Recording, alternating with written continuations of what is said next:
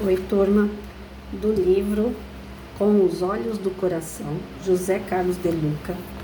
Quem não se comunica, usem o tempo, nas reuniões familiares, nas refeições, nas conversas íntimas, para falar, para ouvir e para compreender.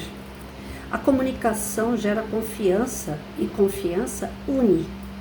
Cas Dotterweck. Podemos notar, na curiosa história narrada no capítulo precedente, o papel fundamental que a comunicação exerce sobre as relações humanas, sobretudo nos familiares. Vimos que a vida no lar demanda convivência e aceitação entre seus membros. Mas para que isso ocorra, necessitamos conhecer o que o outro pensa e sente a respeito dos mais variados assuntos da vida familiar. A comunicação eficiente propicia esse conhecimento vital para o relacionamento. Tenho observado, contudo, que muitas famílias estão em crise por dificuldades na área da comunicação interna. Todos os grupos, é verdade, passam por dificuldades. Não há, por assim dizer, os isentos de turbulências. E não poderia ser diferente, porque o ser humano tem problemas, conflitos, e essas dificuldades pessoais se refletem na família. Isso é natural. Mas por que razão alguns relacionamentos conseguem triunfar sobre as crises, enquanto outros são derrotados? Porque os primeiros desenvolveram habilidades em superar conflitos, ao passo que os segundos foram vencidos pelos problemas. Uma das mais importantes habilidades é a existência de um bom canal de comunicação entre os integrantes da família. A vida conjugal propicia o surgimento de tensões e conflitos que devem ser solucionados tão logo apareçam. E uma adequada capacidade de comunicação estabelece o clima propício para o equacionamento das dificuldades. Ao revés, a ausência de comunicação pode levar a família a níveis insuportáveis de convivência. A comunicação, para ser essa ferramenta de apoio familiar, deve ser construtiva, ou seja, ter características que levem os membros da família a uma relação harmoniosa no cotidiano do lar. Muitas vezes expomos nossos pontos de vista de forma agressiva, rancorosa ou irônica. Quando agimos assim, a nossa expressão não constrói, não edifica e, portanto, em nada contribui para a solução dos conflitos. Quem, afinal, gosta de ser agredido, humilhado? Por certo, ninguém. Ainda que a pessoa esteja com a razão, não gostamos que os outros esfreguem a verdade em nossa cara. Emmanuel confirma. A verdade é como uma joia que no peito, nos cabelos e nas mãos enfeita, mas atirada no rosto, fere. Precisamos, portanto, estabelecer uma comunicação construtiva que conduza à pacificação da família e não que inflame as labaredas da discórdia. Vamos examinar alguns comportamentos que prejudicam a comunicação construtiva. As acusações. Quando acusamos, o familiar automaticamente adota uma postura defensiva, tende a negar o fato que estamos afirmando. E, se queremos convencer alguém de alguma coisa, precisamos que ele venha para o nosso lado. Quando acusamos, porém, a pessoa permanece do lado oposto ao que desejamos. E não é isso a que certamente aspiramos. Lembra André Luiz que antagonizar sistematicamente é um processo exato de angariar aversões. Se temos algo a dizer ao companheiro, vamos esclarecer, sim, mas sem polemizar ou ferir. A humilhação. Outro perigo em que não podemos incorrer é a humilhação do familiar, na exposição de nossas ideias. A miúde, para demonstrar que temos razão em nosso ponto de vista, lançamos mão de argumentos que humilham o ser amado, deixando-o arrasado, ridicularizado. Chamar a mulher de burra é humilhante, não é preciso dizer. Referir-se ao marido como incompetente é vexatório, sobretudo quando dito na presença dos filhos ou dos amigos. Quando somos desdenhados, nossa reação é de nos afastarmos de quem nos humilha, e quando isso ocorre, a comunicação tornou-se destrutiva. podendo levar o casamento ao fracasso. Falar quando estamos com raiva. Os registros policiais comprovam a ocorrência de muitos crimes praticados em momentos de intensa fúria de seus autores. Milhares de delitos de trânsito com vítimas fatais resultaram de ações cometidas sob o impulso da raiva. A doutora Elizabeth Kubler-Ross, médica, afirma que, de acordo com autoridades dos Estados Unidos, a raiva é hoje a causa principal dos acidentes nas estradas norte-americanas. Poderíamos completar que também é responsável por diversos desentendimentos na família.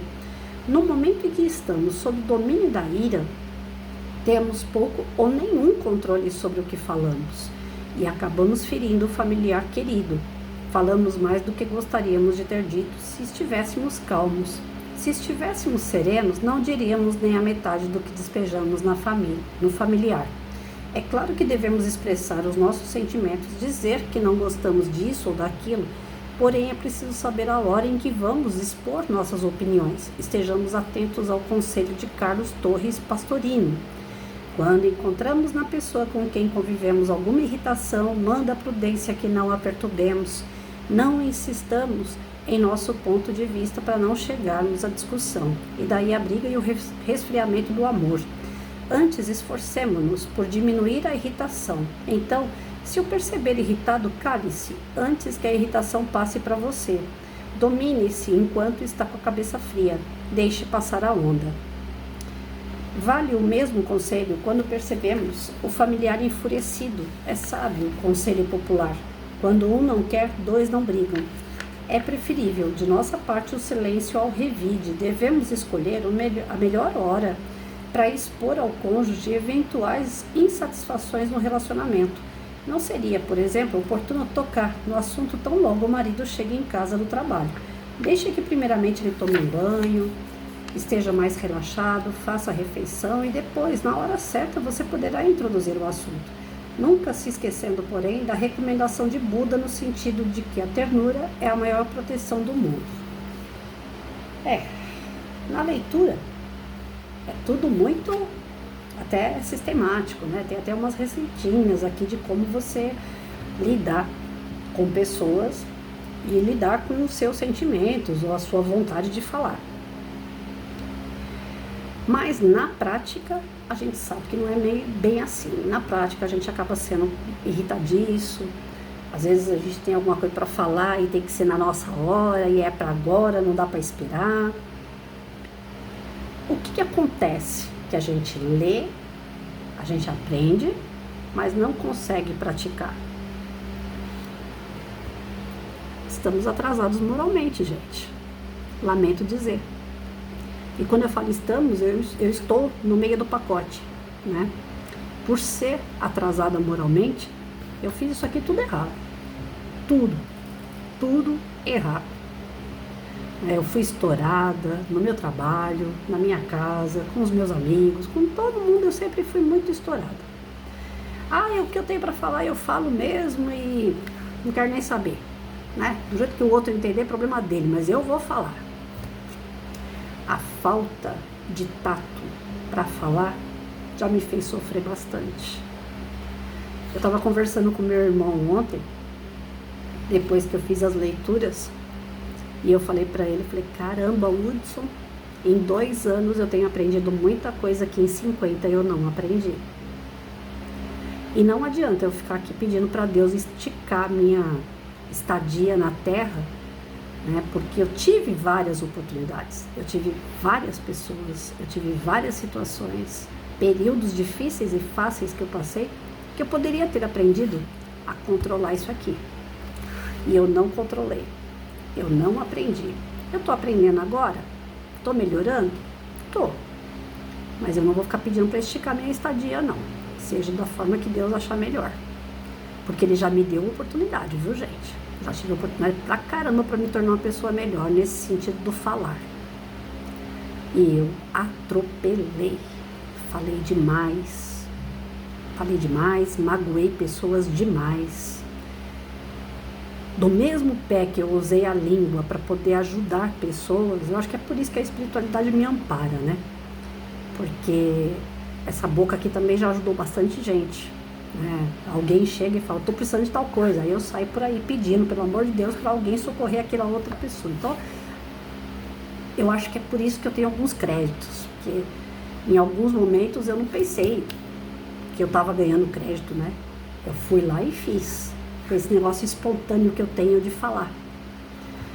Esses dias mesmo chegou para mim um vídeo da escola onde eu trabalhei. A professora que trabalha lá me mandou um vídeo que eles tiveram uma enchente dentro da escola. Através de um cano que tem no fundo da escola, diz que extrapolou a quantidade de água e as crianças, no vídeo eu escutava as crianças gritando, né, apavoradas porque acaba a luz, aquela coisa toda. Na hora que aquele vídeo chegou, eu já peguei ele e já estava indo para mandar assim para uma lista de transmissão, para pessoas que são da cidade, ver alguma coisa para ajudar aquelas crianças, tirar as crianças da escola, arrumar a escola, fechar a escola, se for o caso, até que não ocorra de novo a enchente. Eu já estava conversando com a professora e já mandando o vídeo, né? Aí ela falou assim, Patrícia, cuidado, não manda esse vídeo, porque quem filmou fui eu, aí acaba sujando pro meu lado. Você já aposentou, mas eu tô trabalhando, né? Aí, prefeitura, essas coisas depois come o nosso fígado, porque a gente está propagando coisas que não se deve propagar. Aí eu peguei o vídeo, a lista de transmissão, tal, guardei. Mas eu já estava encaminhando. Foi ela falar, porque eu nem pensei o que vai dar. Eu falei, não, vamos ajudar, né? Então, por eu ser assim explosiva para ajudar as pessoas, eu também sou explosiva quando eu sinto alguma coisa, quando eu penso alguma coisa, eu falo. Aí tem alguns dizeres que falam assim, eu prefiro uma pessoa estourada que fala a verdade do que uma pessoa que é toda calminha, mas que é falsa. Tá, tudo bem. A gente prefere uma pessoa que seja transparente, mas o fato de ser estourado, a transparência cai por terra. Porque a tua transparência é a tua verdade, é o que você pensa a respeito daquele determinado assunto, ocasião, situação. O outro não pode pensar da mesma forma que você. Lembra que a gente já está estudando isso aqui? E eu estou tomando pedrada até não querer mais, porque eu estou estudando essas coisas com vocês. O outro não pensa igual, o outro não vem da mesma cultura, o outro não tem o mesmo conhecimento, a mesma bagagem, as mesmas respostas para suas dúvidas. Então, quando chega na hora de você falar a verdade, é sua verdade. A hora que você fala com transparência, é a sua transparência. Mas e o outro? Como que ele vai receber? Então tem que saber falar. Tem que usar essa parte da comunicação para solidificar, para fazer a família se unir e não para separar. Eu fiz tudo errado. A gente avalia pela leitura de que não pode acusar, não pode falar quando está com raiva, não pode humilhar. E querendo ou não, o que a gente mais faz dentro do relacionamento? Não é xingar o outro? Ah, não, de novo, seu burro, você não sabe fazer isso. Oh, mas caramba, você é um porco, né? Você largou a toalha de novo em cima da cama. Não é humilhar? Pelo que ele escreveu aqui, E a gente não faz isso? Mãe, então, não faz isso com o filho o tempo todo? Ah, não, eu já entrei nesse quarto quantas vezes hoje. Toda vez que eu entro tem coisa esparramada. Você não consegue se organizar, não, seu bagunceiro. Qualquer palavra que você coloque para o outro, que ela é no sentido negativo, você pode levar isso para o lado da humilhação. Então, eu joguei pedra no meu filho até não querer mais, porque eu recebia pedrada quando eu era criança e aquilo me assustava. Como eu não queria receber pedrada, eu tentava ser o mais organizada possível. Chegar ao ponto da minha mãe pegar a gaveta minha assim, tirar do guarda-roupa e jogar a minha roupa todinha no chão. E falar, olha, eu tô criando uma menina. E menina tem que ser limpa e organizada. Que gaveta é essa? E eu tenho que colocar meia por meia, tudo de novo lá na gaveta, arrumando, uma por uma. Porque a gente tem mania de pegar sempre o último, né? Aí saem embolando os que estão pela frente. E isso você carrega na sua bagagem, né? Na sua educação. E querendo ou não, você repassa isso Quando você vê, você está fazendo exatamente o que sua mãe e seu pai faziam com você.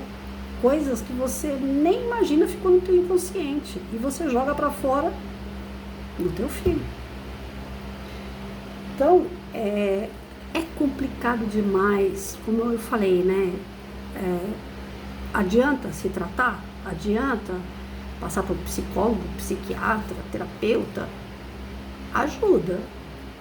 Mas quem tem que resolver essas coisas somos nós. Depende de cada um de nós. A gente tem que entender um outro através do diálogo. E a gente se nega muitas vezes. É frescura. O padre Fábio de Mello, ele fez um vídeo, não sei se é vídeo antigo, mas eu vi essa semana, né? Ele está em crise novamente, porque ele tem síndrome de pânico, ele tem depressão.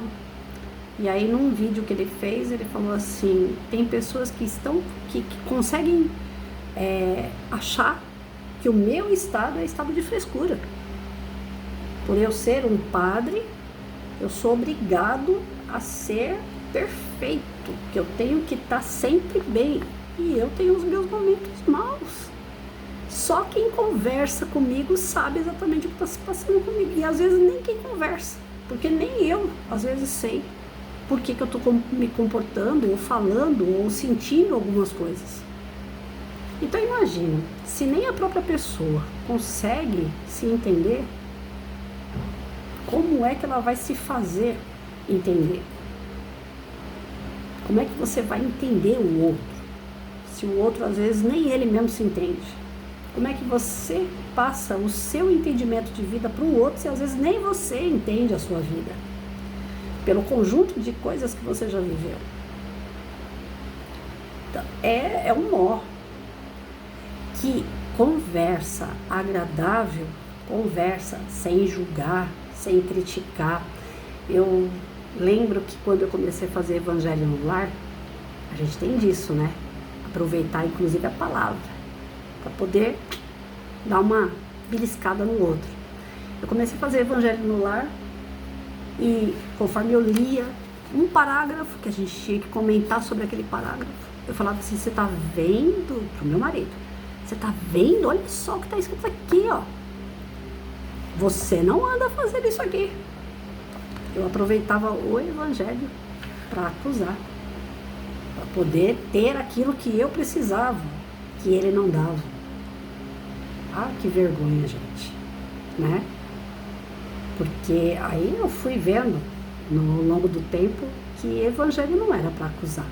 Evangelho era para você ler, interpretar e cada um pensar naquilo que está fazendo, se está fazendo certo ou não.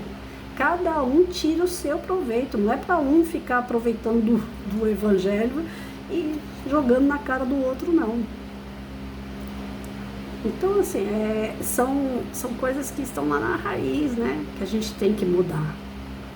Não é algo que venha de agora. São construções que nós fizemos errado lá atrás. E não é que quando eu digo assim, poxa, fiz tudo errado, eu estou me colocando como vítima ou como eu quero que as pessoas se sintam vitimizadas. Não.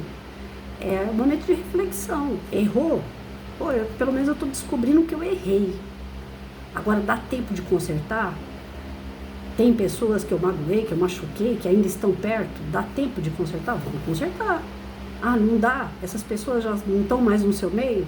Então, as próximas que vier, você já sabe, né? Não faça mais isso. Então, é interessante a gente chegar nessa reflexão. Esse livro aqui, eu li ele há muito tempo atrás. Mas, engraçado que ele não surtiu efeito. É por isso que diz que tudo é na hora de Deus, tudo é no nosso momento, quando a gente está maduro, né? Para receber. Tem coisas que não adianta, você pode ler 200.000 vezes, se você não estiver apto, querendo receber, querendo entender, internalizar, modificar a sua vida, vai passar e você não vai perceber nada ali. Aí eu li esse livro aqui há muito, muito tempo atrás mesmo. Acho que eu não cheguei nem a marcar quando foi a leitura. Eu dei uma passadinha de olho nele.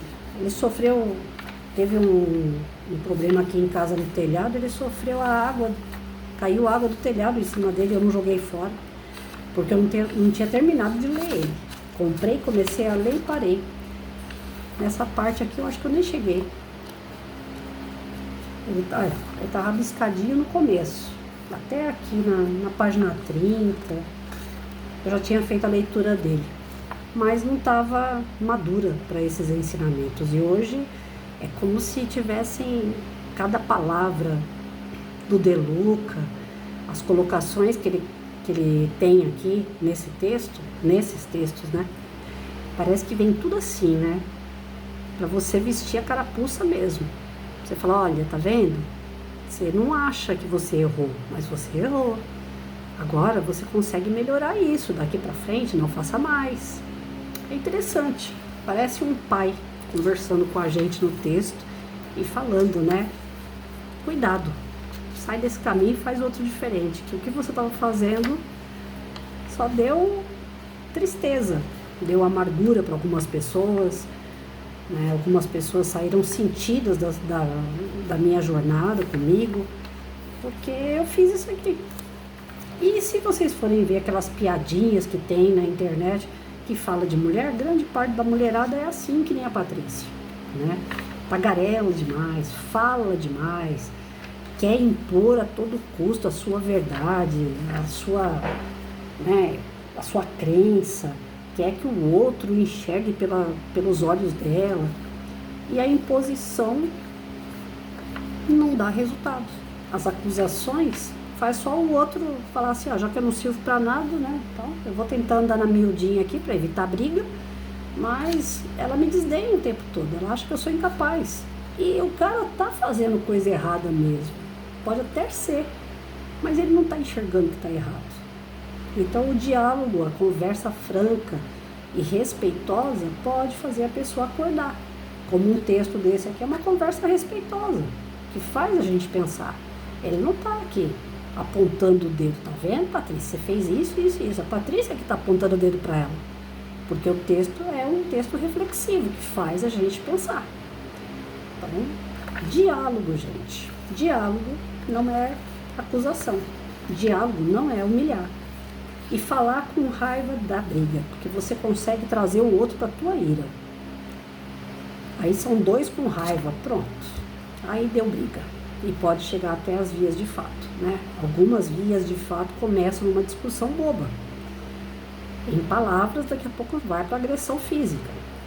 E hoje em dia, o que mais a gente vê em noticiário é o feminicídio, homem matando mulher, mulher matando homem, os filhos matando os pais, por falta de conversa, por falta de um diálogo franco, verdadeiro, mas respeitoso.